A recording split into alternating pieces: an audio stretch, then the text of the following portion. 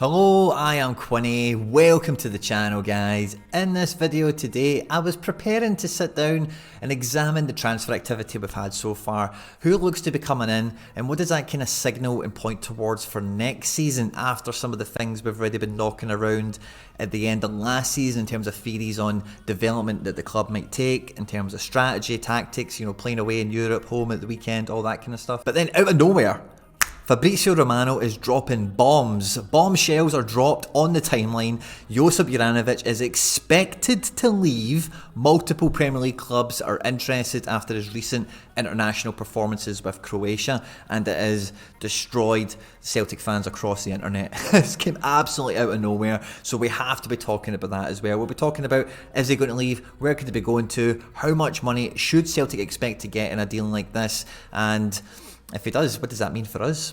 At any point in the video today, if you laugh, you learn, you like something or whatever, please do. Like and subscribe, share, retweet, all that good stuff, guys. Stay out of trouble, and let's get stuck into it. If you could hit the subscribe button, I do daily global football content, everything from Wonder Kids and Rising Star Managers to fantasy football and watch-alongs. That will also automatically enter you into my April giveaway. This month, I'm giving away a rare under-23 midfielder, Luciano Ferreira of Rosario Central, and 2 limited goalkeepers. If you want to stick around to the end of the video, we'll get into all the giveaway stuff again there. Now, Juranovic is, in any other season, I think, he would have been, hands down, the signing of the year. He has been phenomenal. Captain-esque, you might say. Right back, left back, centre mid, right winger, he's done it all. And without fuss and to an exceptionally high level. We didn't get him cheap either. He was very well rated at Legia Warsaw, where he won the title coming into this. And he had, I believe, picked up a few Croatia caps on his way into Parkhead already. But this year he has been exceptional. And the thing that's maybe, there's not been any links for Juranovic to this point. He is small, he is strong, he's very calm, very composed, and he's an elite professional in that sense. He doesn't really make mistakes, he doesn't really get caught out too often. He's very cool, calm and collected and makes great decisions and technically executes to a very high standard. But scouts across the world, across Europe, are looking for stronger, especially from rangy fullbacks that are going to go up and down the pitch. Typically, the profile is much taller, much broader, younger as well. Juranovic isn't a pup. But the performances he's had for Croatia, bearing in mind Croatia are a top 10 international side at the moment, to be their #1 right back and to do the job on Mbappe that he did, as well as the success he's had. I'm sure he played left back for Croatia as well.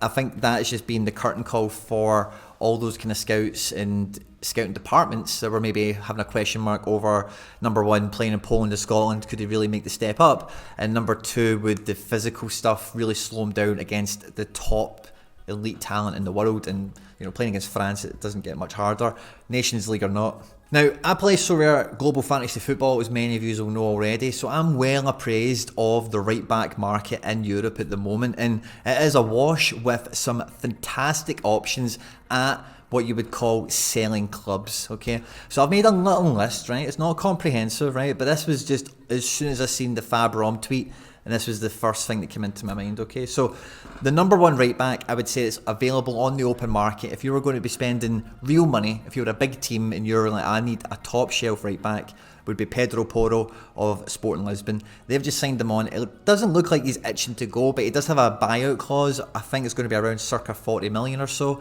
And he's played Champions League for Sporting Lisbon. He's played very well in Spain in different loan spells. And he's one of these CFG kids. I think he would maybe link to Celtic at one point, who knows. Alongside Pedro Porro, I would also put Jeremy Frimpong. Before his injury at Leverkusen, was heavily linked to Bayern Munich, who have now signed Mazraoui, who is a very similar player to Frimpong. It should not be underestimated how amazing Frimpong actually is. I couldn't believe how good he played in the Bundesliga. When we sold him to Leverkusen, I thought we've done absolutely fantastic there, because he's not going to make that step up. I thought he was fantastic in Scotland, but I just thought he was far too small to play right back at that kind of level, and boy was I wrong. He has been fantastic, and I don't think he's got any signs of slowing down. Hopefully he returns from fitness and good fettle and he picks up from where he left off. But if you were seriously after a an elite right back, Frimpong is definitely gettable from Leverkusen for the sort of fee that you would look at for these top shelf players. The two that are probably getting the most transfer links at the moment is Molina, or I'm not going to try and say it's Nahuel or something like that, Molina of Udinese, the current Argentina #1 right back. He's been absolutely kicking ass and taking names in Serie A for Udinese, and Udinese have been pretty rotten this year, it must be said. Heavily linked to Atletico Madrid, had some other links to a few other teams as well. Nothing has yet materialised. Udinese are prepared to sell. He's prepared to leave. He's the Argentina #1 right back, as I said. He's looking to go to the World Cup in as great a shape as possible, along with Nordi Mukiele of RB Leipzig. Now, he's coming into like almost the last year of his contract or so, along with Ibrahima Konate and Deo Upamecano. Those three guys were so highly rated coming through, and all of them were linked to the best teams in Europe for big sums of money. Konate's done it, he's went to Liverpool. Upamecano's done it, he's went to Bayern Munich. Mukiele kind of stalled this year, is still highly regarded, and Mukiele, like that profile I was describing to you of what these scouting departments want, Mukiele is like the embodiment of it, really. And either someone's going to take a punt on him this summer, and on his form and on his credentials, or he's going to maybe need to get the wheels greased at Leipzig, and he maybe makes a move later on. And then you've got Milan van Dijk as well, who's an up-and-coming right-back, was linked to Celtic when he was with his last team. I forget who it was, maybe Den Haag. They get relegated. He moved to Heerenveen. He's been very good at Heerenveen. And again, the sort of money, like I would put all of these players who Juranovic is on par with in terms of credentials. And, I don't think the boys I've mentioned, including Juranovic, there's not many other better right-backs in the market that any big Premier League team or any elite side in Europe could seriously consider for right back. All of these guys have to be £15 million plus, in my opinion. Maybe some of them, the ones that are a bit younger, like Molina being an Argentina international, Pedro Porro, Frimpong, some of these guys you might get over 20 for in the market because of their status, the leagues they're coming from, etc.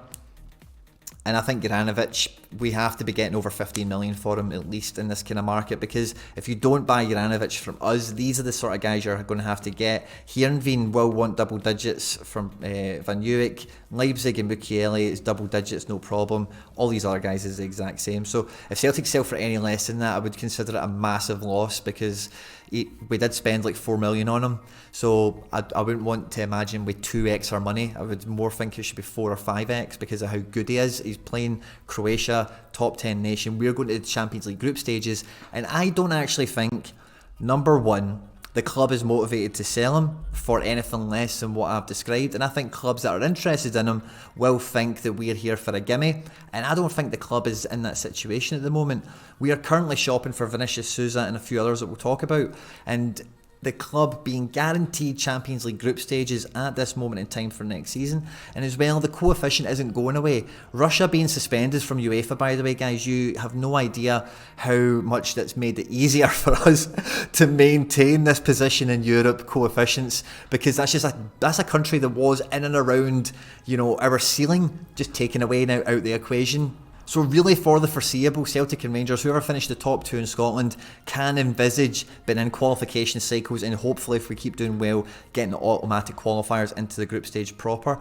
So it really does set the club up with a bit more confidence going forward. With all the reform we've had in UEFA and in the Champions League, it's made that a bit contentious. We had the Champions League route to qualifying, or the Champions route, through playoffs, and then so you would never play like the Arsenals again, and that. So there's been lots of stuff happening, and it feels like, for me, the club is in a really strong position when you look at the appointments we're making behind the scene, as well as the sort of players we're profiling and we're looking to try and pick up at the moment. So Juranovic is playing. He is the number one right back for us. We are in the group stages of the Champions League. He is currently, down to those credentials, the number one right back for Croatia. They have a World Cup coming up. Does he want to upheaval? Does he want to go start sitting on the bench and try and fight for a place? I don't think so. I think he stays. And unless something incredible comes in, I don't think his head gets turned. I don't think the club gets tempted. The Premier League clubs that could be interested in him, let's say, for example, it's not going to be anyone in the top six, I don't think. So you're then looking at, it's going to be Brighton, it's going to be Crystal Palace, it's going to be West Ham. I don't even think it'd be Newcastle, because they've got Kieran Trippier and he's like captain, so it's not going to be them. So where does he really land? And it's not going to be anywhere I can imagine that's good European football where you'd be really excited to see him or he would be really excited to end up going to and think, oh yeah, I could really kick on my career here. That would make jumping before this World Cup and taking that chance into peril. If we were to lose him, I think Milan van Dijk at Heerenveen would be the number one guy you'd want to go and get. I'm sure my friends at the Super Odyssey would want us to go and get Joachim Mæhle. I think that'd be a great shout.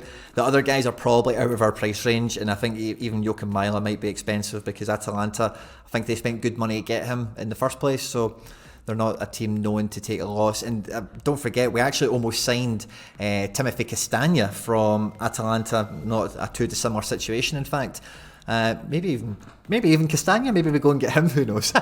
Probably not. So guys, let me know your thoughts. Is Juranovic going to leave? I don't think so. If he does going to leave, what do you think the fee's going to be, and who would we replace him with? All the Sorare managers from around the world, the best scouts that there is in the world. I want your comments in the comment section down below. Who would you want to see Celtic replace him with? I know there's going to be a lot of shouts for Sunimoto or Mickey Yaman, but get them in the comment section. I want to hear the best shouts for right back. I actually think Julian Araujo at the Galaxy, can't get enough of him. I think he would be a fantastic shout. Let me know yours in the comment section down below. Don't forget to like, subscribe and share and retweet and all that good stuff, guys. Stay out of trouble and I'll catch you on the next one. Take care. Bye bye.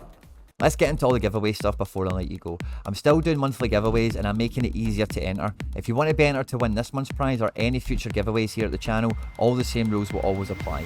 Hit the subscribe button, you need to be a subscriber to enter, then leave a comment down below. Each month, a random comment from a random video will be selected as the winner, so the more videos you leave a comment on, the better the chance you've got of winning any of my giveaways.